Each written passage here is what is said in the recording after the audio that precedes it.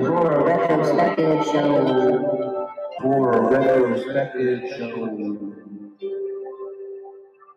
The Horror Retrospective Show. Minutes after Laurie, her daughter, and granddaughter left Michael caged and burning in Laurie's basement, Laurie is rushed to the hospital with life-threatening injuries, believing she finally killed her lifelong tormentor. But when Michael manages to free himself from Laurie's trap, his ritual bloodbath resumes. Meanwhile, a group of survivors of Michael's first rampage form a mob to take him down once and for all. This movie is kind of really uneven to me. Partially, it wants to be like this serious drama that deals with trauma and loss. And then the other half of it seems to embrace being this slasher that has some humor and terror and gore and thrills and stuff like that. And it just seemed like an odd mix. What I liked about this one is it's a lot more adult orientated. It's not really a teen slasher the way the original film was, or H2O.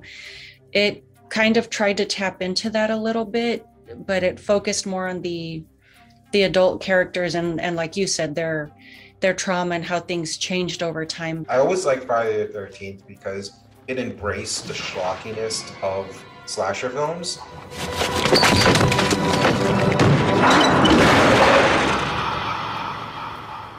Halloween seemed to me more of like the slow-paced, less gore, less violence, more like use your imagination type thing. This was definitely not that. It focused on the older characters, but I thought the gore and the death scenes were really well done, and they injected some humor where at times this movie felt really flat. That beginning scene where the officer is being kind of like taken hostage by Michael Meyer and the other guy's trying to help his friend.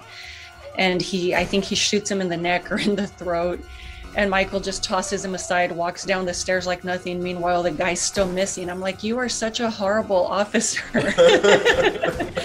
They brought back a lot of the same actors that were in the first film. And the few actors they couldn't bring back, like Donald Pleasance, they used CGI to bring him into the movie. And even one of the characters, PJ Souls, who played Linda, who died, they even got like it's just a simple still shot of her in like a news clip they did, which I think was a nice touch. And there's a lot of Easter eggs. I think there was a scene where 3 characters died and they were all wearing the masks from Halloween 3.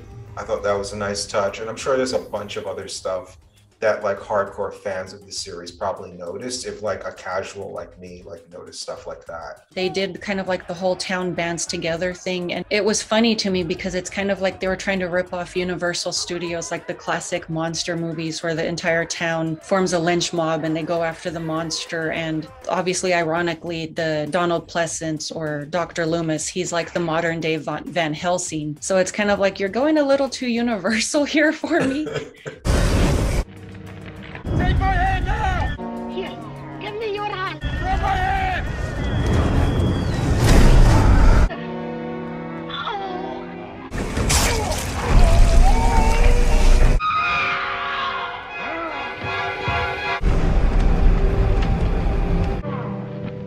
When the officer started off with the flashback, I'm like, okay, he's going to be the main character. It's interesting. It's not going to be Laurie. It's going to be him.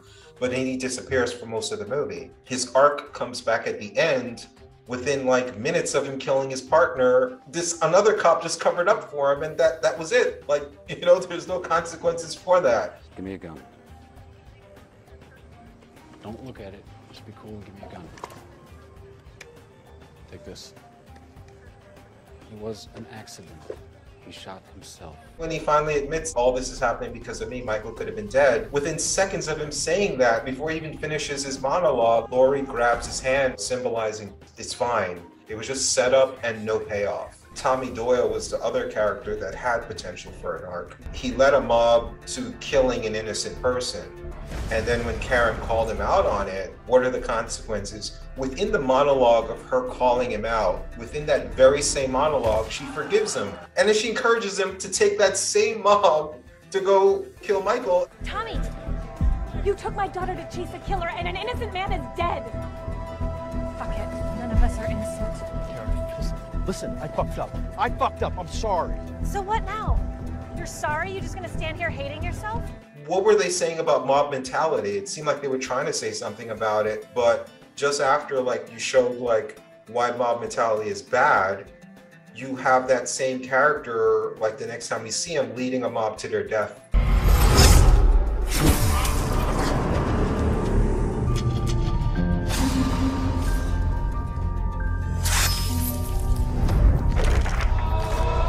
I didn't get the point of any of that. I agree. There were like, it comes off as sloppy. There were a lot of throwaway scenes that could have just been cut out. Like the movie didn't even need to be near 2 hours long. I mean, there's definitely a lot of things that could have been taken out, written differently. It felt kind of loose, maybe sloppy. I don't know. It wasn't a perfect movie. It definitely could have been worked a lot differently, I think. It could have used a storyline, maybe. Can anybody do anything except talk about Michael in this movie? You know, could there be a subplot or something going on that would at least push it forward? You know, it felt like there was no forward momentum in the movie at all. It was just repetitive scenes. Okay, here's a scene of talking. They're talking about Michael. Here's a scene of action. Someone's getting killed. You know, there wasn't like, I mean, I like the fact that any character could die at any minute because there was no necessarily lead character. So I did like that aspect of it. But also it's like you're not really fully invested in any character at all because you're not staying with any character that long, you know? So uneven movie for me. I was entertained by the death scenes, so I have to give it at least a 5 for entertaining me. Overall, for a horror movie, because it's not supposed to be taken seriously, I'll go above average and I'll give it a 6. What do you want to do? I'm not going to be that kind. I'm probably just going to give it a 2. 2. Wow. There were a few gags like you mentioned, and then I lost my place in my notes. No worries. Sorry.